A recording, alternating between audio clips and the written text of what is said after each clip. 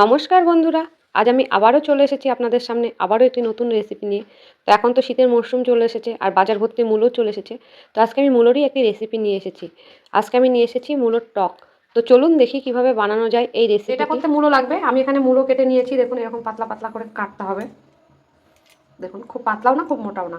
আর এদিকে জল গরম বসিয়ে দিয়েছি, জলটা আমার গরম হয়ে এসেছে প্রায়। মূলোটাকে একটু ভাপিয়ে নেব। এটা তৈরি করতে আমার লাগবে তেঁতুলের পাল্প। তো আমি অলরেডি গরম জলে তেঁতুলটাকে ভিজিয়ে রেখেছি। তো এটাকে আমি পাল্পটা বার করে নেবো, বীজগুলো ফেলে দেবো, দিয়ে শুধু পাল্পটাকে নিয়ে নেবো। দেখুন আমি 1.5 মিনিট পর চলে এসেছি, এটা আমি নামিয়ে নেব। এদিকে গ্যাসে কড়াই বসিয়ে দিলাম, কড়াইটা গরম হতে থাক। জলটা ছেঁকে মূলোগুলো তুলে নেব। দেখুন মূলোগুলো আমি তুলে নিয়েছি। মূলো কিন্তু একদম সেদ্ধ করবেন না, জাস্ট একটু ভাপিয়ে নেবেন।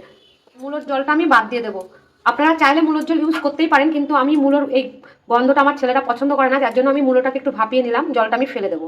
এবার আমি কড়াইয়ের মধ্যে সর্ষের তেল দিয়ে দেবো। রান্নাটা সর্ষের তেলেই হবে। এটা গরম হয়ে গেছে, দিয়ে দেবো একটা লঙ্কা ফোড়ন। আর এখানে 1/2 চামচ সর্ষে নিয়ে নিয়েছি, সর্ষেটা ফোড়ন দিয়ে দেবো। অলরেডি চটপট করে ফুটতে লেগে গেছে, আমি মূলোগুলো দিয়ে দেবো। দিয়ে দেবো হলুদের গুঁড়ো, দেবো নুন খুব অল্প দেবেন। এমনি চাটনিতে বেশি নুন লাগে না, তারপরে মূলোতে তো একদমই নুন খাটে না। তো দেখুন মূলোটা আমার ভাজা হয়ে গেছে। এবার আমি দিয়ে দেবো জল। আমি কিন্তু নর্মাল খাওয়ার জলই দিচ্ছি। আমি আবারও বলছি, আপনারা চাইলে মূলোর জলটা ব্যবহার করতেই পারেন। আমার ছেলেরা যেহেতু পছন্দ করে না মূলোর জলটা, সেই জন্য আমি দিলাম না। এটা ফুটতে দেবো। ঢাকনাটা তুলে নেব, দেখবো মূলোটা গলেছে কিনা।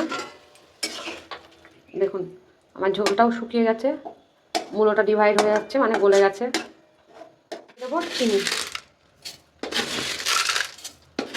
এটা খুব একটা মিষ্টি হবে না, জাস্ট আমি 4 চামচ চিনি দিয়ে দিলাম। যেহেতু এটা টক ঝোল, একটু টক টক ভাব থাকবে।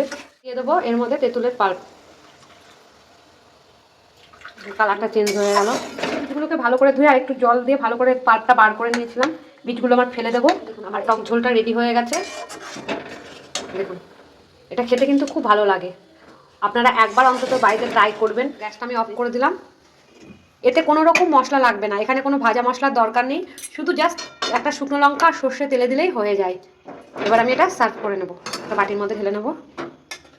দেখুন মূলোগুলো খেতে ভালো লাগবে। আমার এটা আটবে না, বাড়িটা ছোট হলো নেওয়া। তো এই রেসিপিটা ভালো লাগলে একবার অন্তত বানিয়ে নিন। এখন শীতের মৌসুমে অনেক বাজারে মূলো রয়েছে, কচি কচি মূলো দিয়ে এই টক ঝোলটা বানিয়ে নিন আর শেষ পাতে পরিবেশন করুন। দেখবেন আপনাকে আবারও এই টক ঝোল বানানোর ডিমান্ড করবে। তো ভিডিওটা এতক্ষণ দেখার জন্য অনেক ধন্যবাদ। ভিডিওটাকে অনেক অনেক করে লাইক করুন, শেয়ার করুন আর এই চ্যানেলটিকে সাবস্ক্রাইব করে রাখুন, যাতে আগামী ভিডিওগুলো আপনারা খুব সহজে আর তাড়াতাড়ি পেয়ে যান। দেখা হবে নেক্সট ভিডিওতে। টাটা।